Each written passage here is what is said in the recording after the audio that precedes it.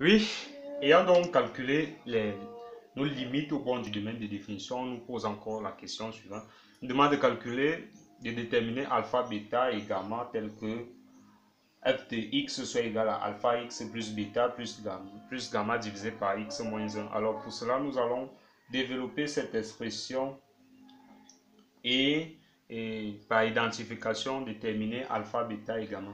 Donc f de x sera égal à alpha x facteur de x moins 1. Bref,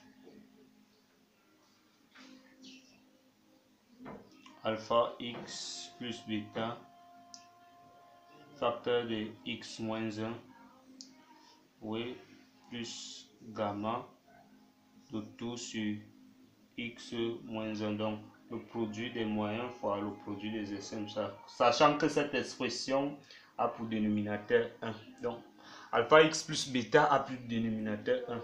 Donc, c'est ce qui nous donne ça. Nous développons et on obtient alpha x carré plus alpha x plus alpha, bref c'est moins parce que c'est alpha x moins 1, moins alpha x plus bêta x moins bêta plus gamma, ce qui est égal à, bref c'est ça, oui, on divisé par x moins 1. Alors nous rassemblons les polynômes, les monomes des mêmes degrés ensemble, on aura alpha x carré qui est seul, et là on a alpha x et bêta x, ils ont le même degré, on aura plus facteur de bêta moins alpha x, là ils n'ont pas de monome, ouais. Ou alors leur monome est égal à, leur degré de monome est égal à 0. Bon, c'est toujours la même chose. Voilà, nous avons donc cette expression. Si il faut passer par identification, nous allons l'égaliser. On égalise cette expression par x carré moins 3x plus 6 divisé par x moins 1. Alors, par identification,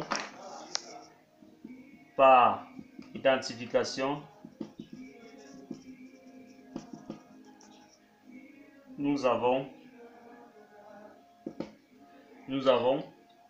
là on a les alpha x carré est égal à x carré, oui, même mon nom, bêta moins alpha x est égal à moins 3x, oui, et au terme constant on a moins bêta plus gamma qui est égal à 6. Voilà ce que ça nous donne, et on essaye d'arranger cette écriture. On simplifie les x carrés là. Si nous simplifions les x carrés là, on aura alpha est égal à 1, bêta moins 1, bêta moins alpha est égal à moins 3, et moins bêta plus gamma est égal à 6. En résolvant ceci, nous avons tous les alpha. Et ici, nous avons également simplifié les x. Donc, si nous poursuivons, nous aurons là nous aurons alpha est égal à 1, bêta moins alpha, bref, si alpha est égal à 1, on aura là moins 1 qui passe de l'autre côté, ça donne 1. Donc bêta c'est égal à moins 2, oui, et moins 2 plus gamma est égal à 6. Ceci implique que alpha est égal à 1, bêta est égal à moins 2 et gamma est égal à 8. Donc, notre f de x sous cette forme-ci sera donc égal à x moins 2 plus 8 divisé par x moins 1. Voilà les amis pour ce qui est de la troisième question. Et nous allons montrer que en quatrième question, montrons que la voie d'équation x égale à x moins 2 est asymptote oblique à la courbe de C et à la courbe de F, donc CF. Montrons que y d'équation x moins 2 est asymptote oblique à CF. Alors pour cela, nous allons calculer la limite en plus ou moins infini, limite quand x tend vers plus ou moins l'infini. On va choisir de y